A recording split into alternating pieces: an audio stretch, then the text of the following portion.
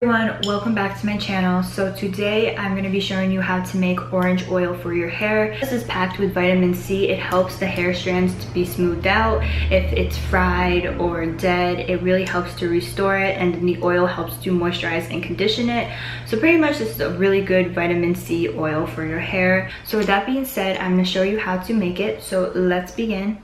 Okay, so you're going to need an orange, a grater like this, because we're gonna use the orange peel, and then a carrier oil. I recommend almond oil, and then something to store the oil in. Start by grating the skin of the orange. So we're gonna use this side of the grater. And when you hit the white part, turn it over so you can just use the skin part of the orange. So for one medium-sized orange, you will get this many peels, but depending on how much you want to make at a time, you can just use the skin of 2 to 3 oranges and fill your jar with all oil, but this time I'm just going to make half.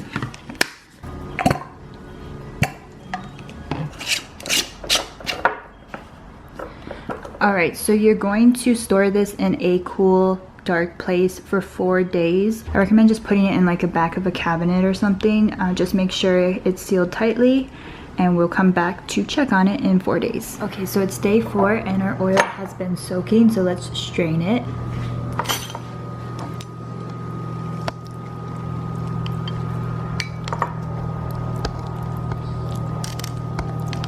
Okay, so it is ready. Let's go apply it to our hair.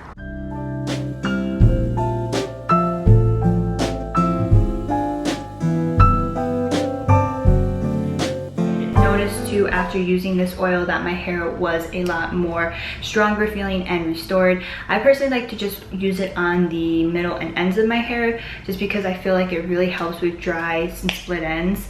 But you can use it all over your hair, all over your scalp. You can even use it on your skin for skincare. Just one more thing that I want to point out: if you are using this to make your hair grow, orange oil will take about 6 months for you to see really dramatic results. Just be consistent with it. Use it once to twice a month and it will be worth it. But since it has fresh fruit in it, it will start to grow mold, so don't keep it for longer than a week or 2. If you wanted to keep it for longer than a month, I definitely recommend putting a preservative in it.